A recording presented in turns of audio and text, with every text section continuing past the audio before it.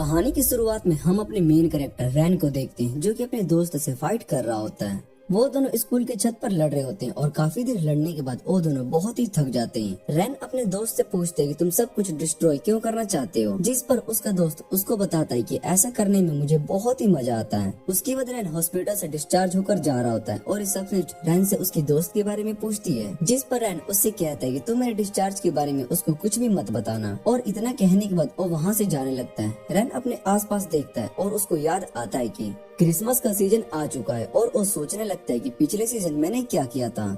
उसके बाद वो वहाँ से जाने लगता है और तभी उसको पीछे से एक आवाज सुनाई देती है। एक लड़की रैन को आवाज लगाते हुए उसके पीछे आ रही होती है और रैन उसको इग्नोर कर रहा होता है। तभी वो लड़की नीचे गिर जाती है और रैन उससे पूछते है कि तुम आखिर यहाँ पर क्या कर रही हो। उस लड़की का नाम कासुमी होता है और कासुमी रैन पर गुस्सा करने लगती है। वो उससे कहती है कि तुम्हें बहुत ही चोट लगी थी, जिस वजह से तुम्हें हॉस्पिटल में रहना पड़ा और मैं तुम्हें देखने के लिए रोज आती थी, लेकिन तुम मुझे इस तरह से इग्नोर करके जा रहे हो। रैन कासुमी से इसके लिए माफी मांगता है। वो कासुमी से पूछते ही तुम आखिर मुझे क्यों ढूंढ रही थी, जिस पर कासुमी उसको स्वॉर्ड एक्सिबिशन की टिकट दिखाती है और अपने साथ चलने के लिए कहती है। उसके बाद वो दोनों म्यूजियम में स्वॉर्ड देखने के लिए आ जाते हैं और कासुमी स्वॉर्ड को देखकर बहुत ही खुश हो जाती है। पर रैन को स्वॉर्ड्स पसंद नहीं होते और कासुमी इसका रीजन पूछती है, जिस पर रैन उसको इसका रीजन नहीं बताता। लेकिन रैन के पास्ट में एक ऐसा इंसिडेंट हुआ था जिस वजह से उसको ब्लेड्स पसंद नहीं होती है। कासुमी रैन से कहती है कि तुम्हें इन चीजों से डरने की जरूरत नहीं है, ये तुम पर अटैक नहीं करेंगे। वैसे भी तुम नाइफ को देखकर बहुत ही ज्यादा डरने लगते हो और तुम्हें अपने अंदर से इस डर को दूर करना होगा, वरना तुम कुकिंग भी नहीं कर पाओगे। और इतना कहने के बाद वो रैन को वहाँ से ले जाने लगती है। तभी रैन को फील होता है कि कोई उसको देख रहा है और उसके बाद वो और कासुमी दोनों एक रूम में आ जाते हैं, जहाँ पर उन्हें एक बहुत ही पुराना वेपन दिखाई देता है और रैन उस वेपन को ही देखे जा रहा होता है। कासुमी को उस रूम के अंदर डर लग रहा होता है, इसलिए वो रैन को वहाँ से चलने के लिए कहती है। वो दोनों वहाँ से जा रहे थे और तभी रैन को उस वेपन के अंदर से एक लड़की बाहर आती हुई दिखाई देती है।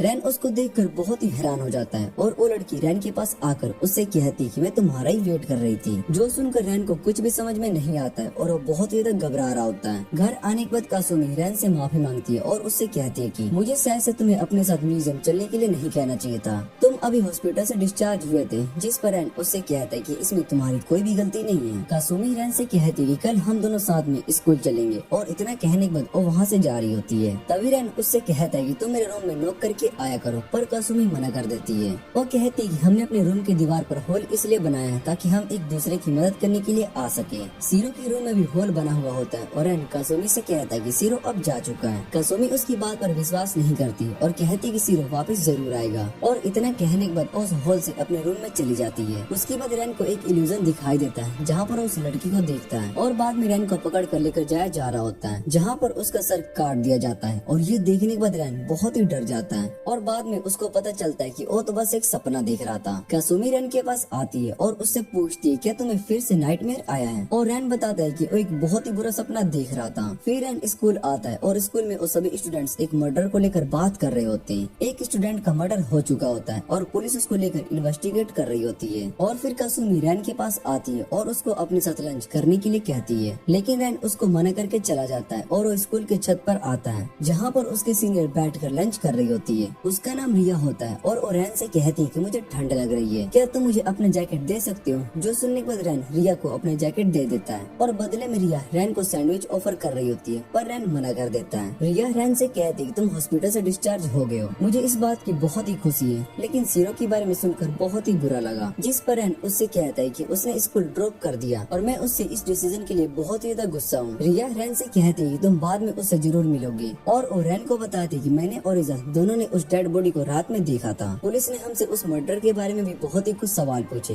रैन रिया से पूछते कि वो डेड बॉडी कैसी थी और रिया बताती है कि उसका सर काट कर बॉडी से अलग कर दिया गया होता है। जो सुनने के बाद रैन थोड़ा सा डर जाता है और तभी रैन को कासुमी का फोन आता है और वो उसको नेक्स्ट क्लास के लिए ढूंढ रही होती है। रिया कासुमी से मजे लेने के लिए फोन पर अजीब अजीब आवाजें निकालने लगती है। जो सुनकर कासुमी को बहुत ही गुस्सा आता है और रैन से पूछती है कि तुम आखिर सीनियर रिया के साथ क्या कर रहे हो। रैन फोन कट करता है। फिर वो रिया से पूछते है कि आखिर तुम क्या करना चाहती हो और रिया बताते कि मैं बस थोड़ा सा एंजॉय कर रही थी। रिया रैन से पूछती क्या तुम अपनी क्लास के लिए नहीं जाने वाले हो, जिस पर रैन बताता है कि अभी मैं गया तो कासुमी मुझे बहुत ही मारेगी, इसलिए मैं क्लास को स्किप करूंगा। और रिया रैन को उसका जैकेट देने के बाद वहाँ से चली जाती है। फिर रैन वहाँ बीच पर ही सो जाता है और जब वो उठता है तो उसको पता चलता है कि वो बहुत ही लेट हो चुका है। रैन घर जाने लगता है और तभी उसको कासुमी केंडो प्रैक्टिस करती हुई दिखाई देती है और उसके बाद वो दोनों साथ में घर जाने लगते हैं। तभी रास्ते में उसको रिया दिखाई देती है जो कि एक लड़की से बात कर रही होती है। फिर वो लड़की वहाँ से जाने लगती है। कासुमी रिया से पूछती है कि वो यहाँ पर क्या कर रही है और रैन उससे पूछती है क्या तुम उस लड़की को जानती हो, जिस पर रिया मना कर देती है और कहती है कि वो लड़की बस मुझसे रास्ता पूछ रही थी। रिया उन दोनों से पूछती है क्या तुम दोनों इतनी देर तक स्कूल में थे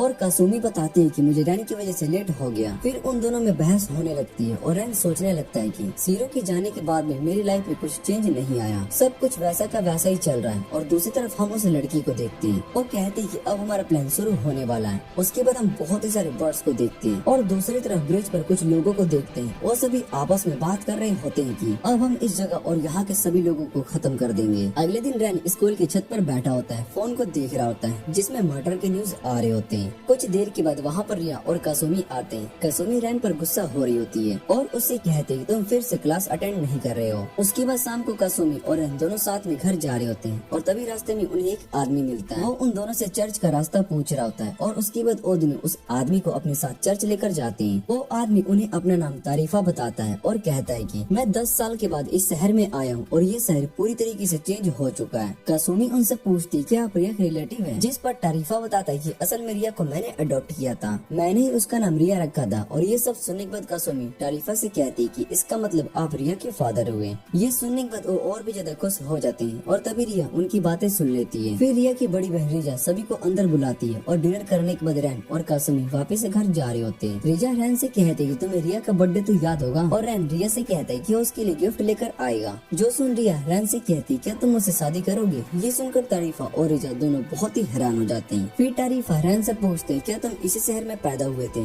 जिस पर रैन मना कर देता है। और तारीफा से पूछते क्या आप शहर में हो रहे मर्डर को लेकर परेशान हो। फिर तारीफा रैन से उसके पेरेंट्स के बारे में पूछता है और रैन बताता है कि मैं जब छोटा था तब मेरे पेरेंट्स की मौत हो गई, उसके बाद मुझे कासुमी के पेरेंट्स ने अडॉप्ट कर लिया, लेकिन कुछ टाइम के बाद कासुमी के फादर की मौत हो गई। फिर तारीफा रैन से कहता है क्या तुम मेरे पेरेंट्स से मिलना चाहते हो। जो सुनकर रैन कहता है कि भला मरे हुए लोगों से कैसे कोई मिल सकता है। रैन उनसे कहता है कि ऐसा होना पॉसिबल ही नहीं है और न ही मैं इन बातों पर यकीन करता हूँ। एक बार किसी की मौत हो गई तो हम उनसे दोबारा कभी भी नहीं मिल सकते। इतना कहने के बाद वो और कासुमी वहाँ से जाने लगते हैं। फिर तारीफा के पास एक लड़की आती है जिसका नाम लियोन होता है और तारीफा उससे कहता है कि तुम्हारा इस लड़के के बारे में क्या ओपिनियन है। जिस पर लियोन कहते हैं कि मुझे पहले इसको टेस्ट करना होगा। और तारीफा बताता है कि संभाला ऐसी जगह पर है जहाँ पर बहुत ही अजीब क्रेजी पीपल जन्म लेते हैं। और लियोन से कहते हैं कि तुम जाकर रैन को टेस्ट करो। और जैसे ही वो वहाँ से जा रही होती है तभी वहाँ पर एक और लड़का आ रहा होता है जिसे देखकर तारीफा कहता है कि तुम शायद से वॉइस प्रेसिडेंट के न्यू मेंबर हो। इधर रैन को सोते हुए नाइटमेयर आ रहे होते हैं। और उसके बाद हम एक लेडी को देखते हैं जो कि किसी चीज से बहुत ही ज्यादा डर कर भाग रही होती है, लेकिन तभी कोई उसका सर काट देता है और उसकी मौत वहीं पर हो जाती है। रैन उस डेड बॉडी को देखकर बहुत ही डर जाता है और कहता है कि मैंने इसको नहीं मारा। तभी वहाँ पर एक आदमी आता है जिसका नाम बे होता है और वो रैन से कहता है कि तुमने इस लेडी का मर्डर किया है। जो सुनकर रैन वहाँ से भागने लगता है, लेकिन उसके सामने एक लड़की आ जाती है और वो रैन से कहती है कि तुम एक मर्डरर हो। पर रैन इस बात को नहीं मानता।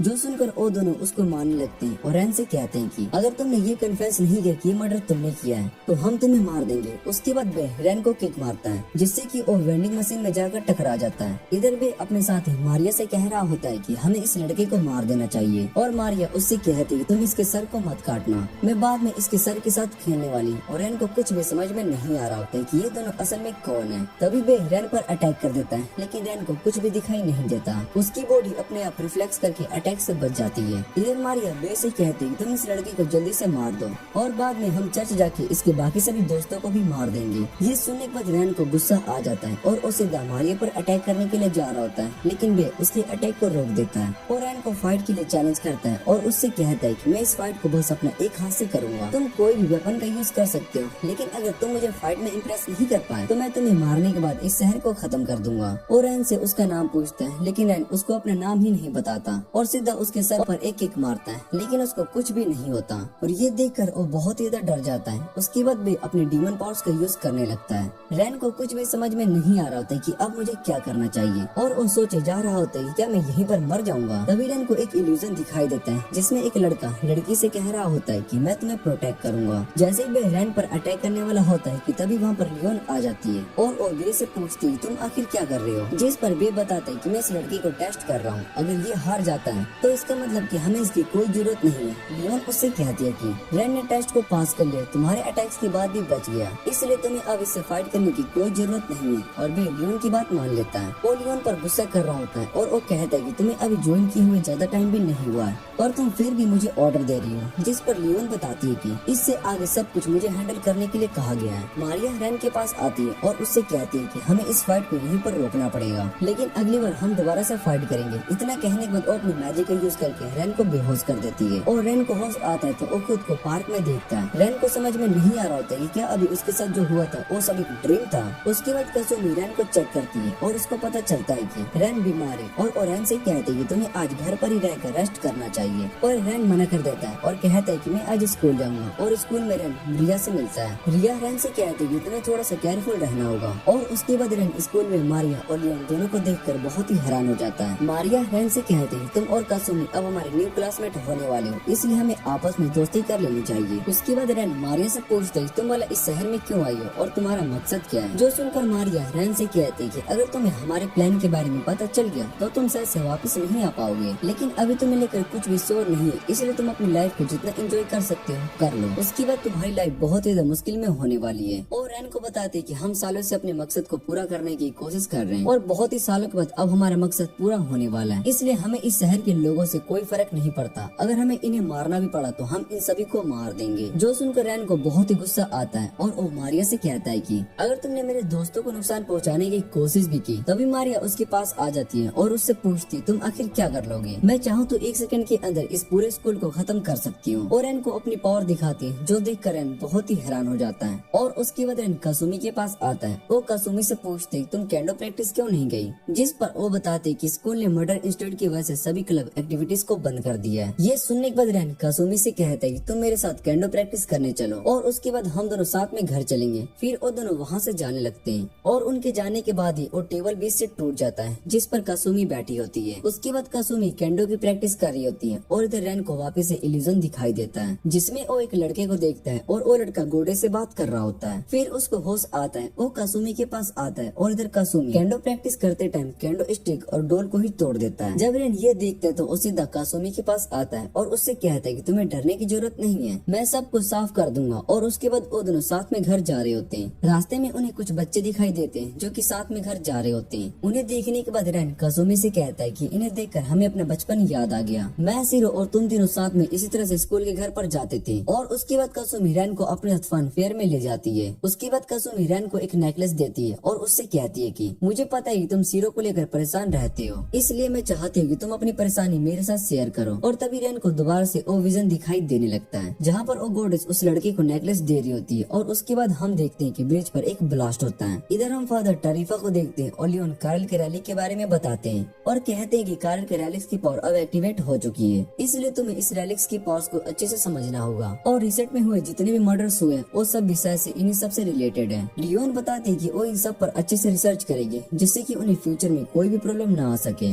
दूसरी तरफ रैन उस गॉडेस के साथ होता है और गॉडेस रैन को करैल कह रही होती है। जो सुनकर रैन उसको अपना असली नाम बताता है। फिर वो गॉडेस से उसका नाम पूछता है और वो अपना नाम मारी बताती है और वो रैन से कुछ कहती है। उसके बाद जब रैन को होश आता है तो वो सीधा कसुमी को ढूंढने लगता है। वो उस ब्रिज पर आकर कसुमी को ढूंढ रहा होता है लेकिन उसको वहाँ पर कसुमी दिखाई नहीं देती। और रैन उसको फोन करने के लिए जा रहा होता है लेकिन उसके हाथ बहुत ही ज्यादा कांप रहे होते हैं। तभी वहाँ पर लियोन आती है और रैन से कहती है तुम इस समय बहुत ही ज्यादा डरे हुए हो, इसलिए तुम अपने दोस्त को फोन तक नहीं कर पाओगे, तुम्हें भी अच्छे से पता है कि। और उसके बाद रैन को कार्ल के बारे में बताती है कि वो एक स्ट्रॉन्ग मेज था जो दूसरे नेशन की आर्मी को कंट्रोल करता था और उसका दूसरा नाम मेर्क्यूस था जिसका मतलब होता है 2 मुंह वाला स्नेक, और इसका यूज अपना डिकोनिंग बनने के लिए करता था। उस दिन पार्क में उसने तुम्हें एक तरह से डिकोनी की तरह यूज किया और लेडी का मर्डर करवाया। इस समय वो कसुमी को डाकू की तरह यूज कर रहा है और रैन को उसकी कोई बात समझ में नहीं आ रही होती है। लियोन रैन से कहती है तुम्हें जल्दी से अपनी पावर्स को रिजाइन करना होगा और उसके बाद रैन सीधा कसुमी को ढूंढने के लिए चला जाता है। वो पार्क में आता है जहाँ पर उसको बहुत ही सारा खून दिखाई देता है और कसुमी ने वहाँ पर कुछ लोगों को मार दिया होता है। वो सीधा कसुमी के पास आता है और उससे कहता है कि इसमें तुम्हारी कोई भी गलती नहीं है। वो इस इंसिडेंट के लिए खुद को ब्लेम कर रहा होता है। रैन कसुमी से कहता है कि ये सब एक बस बुरा सपना है। तभी रैन पर अटैक अटैक होना शुरू हो जाते हैं और रैन उनसे बचने लगता है। ये सब अटैक कारल कर रहा होता है और रैन उससे कहता है कि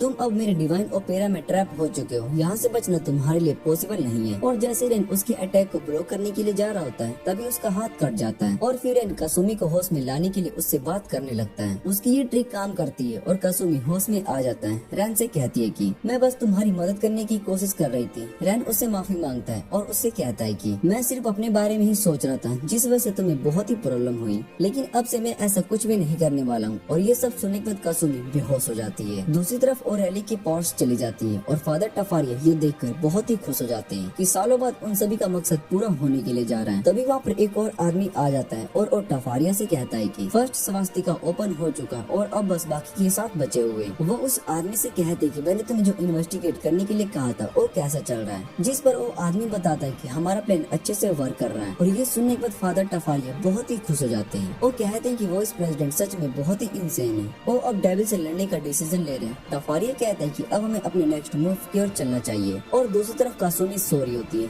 रैन उसे रेस्ट करने के लिए कहता है और बताता है कि इसके आगे मैं सब कुछ हैंडल कर लूंगा। अगले दिन कासुमी रैन को ढूंढने के लिए स्कूल की छत पर आ जाती है, लेकिन वहाँ पर रैन नहीं होता। कासुमी रिया से रैन के बारे में पूछती है, जिस पर रिया कहती है क्या तुम दोनों के बीच में लड़ाई हुई है। और कासुमी बताती है कि ऐसा कुछ भी नहीं हुआ है, बस रैन मुझसे सुबह से इग्नोर कर रहा है। दूसरी तरफ रैन स्कूल के पीछे बैठा होता है और अपनी पावर्स को कंट्रोल में लाने की कोशिश कर रहा होता है। तभी वहाँ पर लियोन आती है और रैन से कहती है कि तुम्हें कासुमी से दूर रहना चाहिए, क्योंकि इस समय तुम उसके लिए एक बहुत ही बड़ा खतरा बन सकती हो। ये सुनने के बाद रैन को गुस्सा आ जाता है और वो लियोन को डराने की कोशिश करता है, लेकिन लियोन उसका हाथ पकड़ लेती है और रैन से कहती है कि तुम अभी बहुत ही वीक हो। और वो रैन को अपने साथ चलने के लिए कहती है। दूसरी तरफ टफारिया ब्लैक ग्राउंड के सभी मेंबर्स के साथ मिलकर मीटिंग कर रहा होता है। वो कहता है कि इतने कम लोगों के डेथ के बाद भी हम वलहल्ला नहीं जा सकते, इसलिए हमें अपनी स्ट्रेंथ को और ज्यादा बढ़ाना होगा। हमारे दुश्मन हमसे बहुत ज्यादा स्ट्रॉन्ग हो चुके हैं। और द लियोन रैन को सब कुछ समझा रही होती है। वो उससे कहती है कि तुम्हें एक वर्थी ओपोनेंट बनना होगा जिससे कि हम हरा सके, और इसके लिए मुझे चुना गया है क्योंकि मैं तुम्हारी एज की हूँ और मैं ह्यूमन मोशन को अच्छे से समझ सकती हूँ। वो लियोन को अपने बारे में बताती है कि हम इस दुनिया में कैसे हैं। सेकंड वर्ल्ड वॉर के टाइम पर 12 सोल्जर्स और क्रिमिनल को मर्क्यूस की पावर्स दी गई और हमने एक ग्रुप बनाया जिसका नाम लॉन्गेस्ट ऑर्डर है। लेकिन टाइम बीतने के साथ साथ कुछ मेंबर्स मारे गए और कुछ ग्रुप को छोड़ गए, जिस वजह से ग्रुप में न्यू मेंबर्स को जगह मिली। मैं नंबर 5 की जगह पर हूँ और हम सभी की विश को पूरा करने के लिए मर्क्यूस ने हम सभी के लिए एक स्ट्रॉन्ग ओपोनेंट ढूंढ लिया और उसने तुम्हें सिलेक्ट किया। जो सुनने के बाद रैन हैरान हो जाता है और उससे पूछते है कि भला उसने मुझे ओपोनेंट क्यों सिलेक्ट किया, जबकि मुझे तो तुम्हारे बारे में कुछ भी नहीं पता।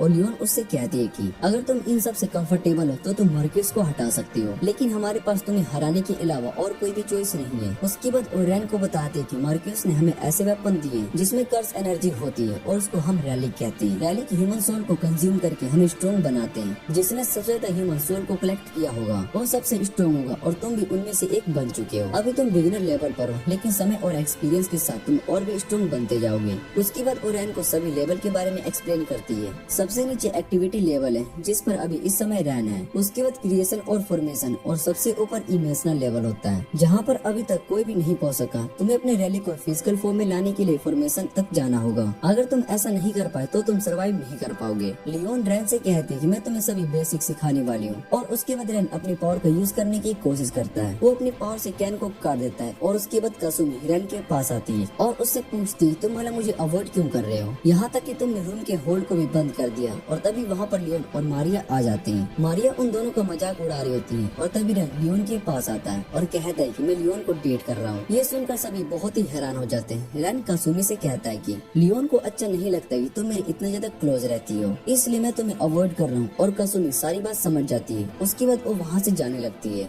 रास्ते में वो एक आदमी से टकरा जाती है और उनसे माफी मांगने लगती है। वो आदमी असल में लॉगिन्स का मेंबर होता है। इधर रैन उस लड़की से बात कर रहा होता है और उससे पूछते है कि तुम्हारी सोल को उस वेपन के अंदर सील है जो म्यूजियम के अंदर रखी हुई है। रैन उससे पूछते है तुम्हारे साथ भला ये कैसे हुआ, जिस पर वो कुछ भी नहीं कहती और रैन को टच करती है। रैन उसके पीछे उस ब्लेड को देखता है और कहता है कि मुझे ब्लेड्स पसंद नहीं है, लेकिन तुम्हें खुश करने के लिए मैं इन्हें अवॉइड कर सकता हूँ। वैसे भी तुम एक अच्छी लड़की हो। और जब रैन को होश आता है तो अपने सामने रिया और रिजा को देखता है। वो दोनों उससे पूछते कि तुमने फादर टफारिया को देखा, हम उन्हें ढूंढ रहे हैं। और शायद से रिया की बातों का बुरा मानकर कहीं चले गए, जिस पर रैन बताता है कि मैंने उन्हें नहीं देखा। और रिया उसको फादर टफारिया की सच्चाई बताने वाली होती है कि रिया को वहाँ से लेकर जाने लगती है। इधर रैन को फादर टफारिया दिखाई देता है और वो उनके पीछे जा रहा होता है। कुछ देर जाने के बाद वो देखता है कि फादर टफारिया गायब हो चुके हैं। तभी वो रैन के सामने आ जाते हैं और रैन उनसे पूछता है कि क्या रिया ने तुम्हें मुझे ढूंढने के लिए कहा है, जिस पर रैन फादर टफारिया से कहता है कि आपको घर जाना चाहिए और दोनों आपके लिए बहुत ही परेशान हैं। फादर बताते हैं कि मैं भी रिया को लेकर बहुत ही परेशान रहता हूँ, पर वो मेरी बात नहीं समझती। टफारिया रैन से पूछते क्या तुम रिया को पसंद करते हो, जो सुनकर वो हैरान हो जाता है और फादर वहाँ से चला जाता है। तभी रैन को कुछ फील होता है। उसके बाद रैन के फोन पर कासुमी का फोन आता है और वो रैन से मदद मांग रही होती है। उसके बाद फोन पर एक आदमी रैन से कहता है कि अगर तुम अपने दोस्त को बचाने के लिए नहीं आए तो मैं इसको मार दूंगा। ये सुनने के बाद रैन सीधा उस पार्क में कासुमी को बचाने के लिए आता है, जहाँ पर वो आदमी रैन को भी अपने स्ट्रिंग्स में पकड़ लेता है और रैन को अपने बारे में बताता है कि मेरा नाम रोट है और मैं लैंग्वेज का 10th मेंबर हूँ। रैन खुद को इन वेब से छुड़ाने की कोशिश कर रहा होता है, जो देख रोट उससे कहता है कि इसका कोई फायदा नहीं होने वाला। ये वेब्स असल में फॉर्मेशन लेवल मैजिक से बना हुआ है। ये मेरे रैली की पावर से और मुझे यहाँ पर तुम्हें ट्रेन करने के लिए भेजा गया है। मैं तुम्हें रैली यूज कैसे करते हैं उसके बारे में सिखाने वाला हूँ। लियोन उन्हें सब रैली और कर्स के बारे में सब कुछ एक्सप्लेन करेगी और वो कासुमी का यूज रैन को गुस्सा दिलाने के लिए कर रहा है, जिससे कि रैन अपनी असली पावर का यूज कर सके। कासुमी के टुकड़े कर देता है, जो देखकर रैन को बहुत ही गुस्सा आता है। रैन अपनी बॉडी के टुकड़े कर देता है और उसके बाद अपने हाथों को वापस अपनी पावर्स की मदद से जोड़ देता है और रोड पर अटैक करने लगता है और रोड उसकी पावर को देखकर बहुत ही डर जाता है। रैन उसका हाथ काट देता है और रोड वहाँ फादर टफारिया को देखता है और इधर फादर टफारिया रोड से कहते हैं कि तुम्हारा टाइम पूरा हो चुका है। इधर रैन रोड का सर काट देता है, जिससे कि उसकी मौत हो जाती है और उसके बाद वहाँ पर स्वास्तिका एक्टिवेट हो जाती है, जिसकी पावर्स को बाकी सभी मेंबर्स भी फील कर पा रहे होते हैं। इधर कासुमी रैन के रूम में वेट कर रही होती है और रैन वहाँ पर कासुमी को देखकर उसको हक कर लेता है। रैन उससे कहता है कि तुम्हें ठीक देखकर मुझे बहुत ही ज्यादा खुशी हो रही है। उसके बाद हम पास्ट की स्टोरी को देखते हैं, जहाँ पर 18th सेंचुरी के फ्रांस के अंदर सभी लोग एक एक्सक्यूजन को देखने के लिए आए होते हैं। मारिया के फादर और मदर भी एक्सक्यूजन को देखने के लिए आए होते हैं, लेकिन जो आदमी एक्सक्यूजन करने के लिए जा रहा होता है वो डर जाता है, क्योंकि वो किसी प्रीस्ट को अपने हाथों से नहीं मारना चाहता था।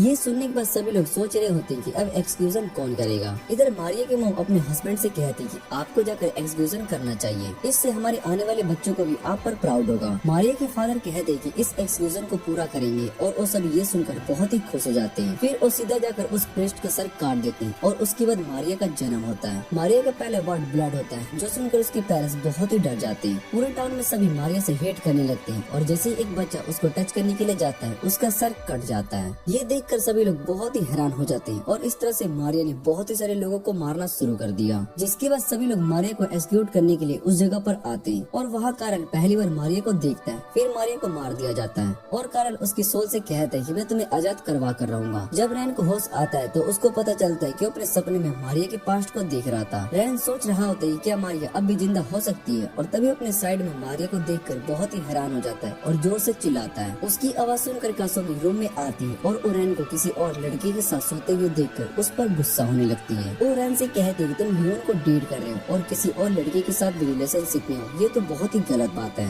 इधर रैन सोच रहा होता है क्या मेरे फॉर्मेशन मैजिक की वजह से मेरी फिजिकल फॉर्म आ चुकी है। रैन मारिया को टच करके देख रहा होता है कि क्या ये रियल में, और ये सब देखकर कासुमी रैन पर गुस्सा करने लगती है। उसके बाद वो तीनों बाहर घूमने के लिए आ जाते हैं, जहाँ पर कासुमी रैन का मजाक उड़ा रही होती है और मारिया उसको कॉपी कर रही होती है। फिर कासुमी मारिया का हाथ पकड़ लेती है और उसको अपने सत्ते कर जाती है। ये देखकर रैन बहुत ही हैरान हो जाता है। उसको याद आता है कि पास्ट में जिसने भी मारिया को टच करने की कोशिश की थी वो सभी मारे गए, लेकिन कासुमी के साथ ऐसा कुछ भी नहीं हुआ। उसके बाद वो तीनों साथ में पूरे शहर में घूमने लगे। रात को कासुमी की सोने के बाद रैन मारिया से कहता है कि आज बहुत ही ज्यादा थक चुकी है और मारिया रैन को हक कर लेती है और रैन से कहती है कि मुझे तुम्हारे साथ चलना बहुत ही अच्छा लगता है। तभी वहाँ पर एक लड़की आ जाती है और रैन को अपना नाम ईरी बताती है और उससे कहती है कि सीरो तुमसे मिलना चाहता है। दूसरी तरफ फादर टफारी लॉर्ड हाइड्रा को मिशन के प्रोग्रेस के बारे में बताकर वहाँ से जा रहे होते हैं। तभी वो लॉर्ड हाइड्रा के अंदर से निकल रही एनर्जी को देखकर बहुत ही हैरान हो जाता है। इधर ईरी रैन और मारिया को अपने साथ एक क्लब में लेकर आती है। वो क्लब असल में सीरो का होता है। रैन सीरो से मिलने के बाद उससे कहता है कि तुम्हारे जाने के बाद बहुत ही सारी अजीब चीजें हो रही है और सीरो बताता है कि मुझे इस बारे में पता है, क्योंकि मैं बहुत ही दिनों से तुम्हारे ऊपर नजर रखे हुआ हूँ और तुम चाहो तो मैं तुम्हारी मदद भी कर सकता हूँ। जिस पर रैन मना कर देता है और सीरो से कहता है क्या तुम हमारी मदद हमारी दोस्ती की वजह से कर रहे हो। फिर सीरो उससे कहता है कि मैं चाहता हूँ कि हम दोनों अपनी लड़ाई को भूलकर अच्छे से काम करें, इससे हमारी दोस्ती को बहुत ही अच्छा फायदा होगा। मुझे पता है कि तुम लोगेंस ऑर्डर के खिलाफ हो और एरी बताती है कि हम उनसे पहले भी फाइट कर चुके हैं, लेकिन वो बहुत ही स्ट्रॉन्ग है, जिस वजह से हम हार गए, लेकिन हमें उनके बारे में बहुत ही सारी इन्फॉर्मेशन पता चली तो हम उन्हें आसानी से हरा सकते हैं। वैसे भी वो सभी शहर में क्राइम कर रहे हैं। और सीरो रैन से कहते हैं कि उन्हें हराने के बाद हमें बहुत ही सारे पैसे भी मिलेंगे, जो सुनकर रैन से मना कर देता है और कहता है कि मैं पैसों के लिए कोई काम नहीं करता हूँ। वो मारिया को वहाँ से लेकर जा रहा होता है और तभी इरी अपनी गन रैन के सर पर रख देती है और रैन से कहती है कि अगर तुमने हमारी बात नहीं मानी तो हम तुम्हें मार देंगे। और ये सुनने के बाद रैन अपने मैजिक से उसकी गन को काट देता है और वहाँ से जाने लगता है। रैन मारिया से माफी मांगता है और उससे कहता है कि मेरी वजह से तुम्हें उस जगह पर जाना पड़ा, जिस पर मारिया बताती है कि मुझे वहाँ पर बहुत ही मजा आया। और रैन से पूछती है क्या तुम अपने दोस्त के लिए परेशान हो।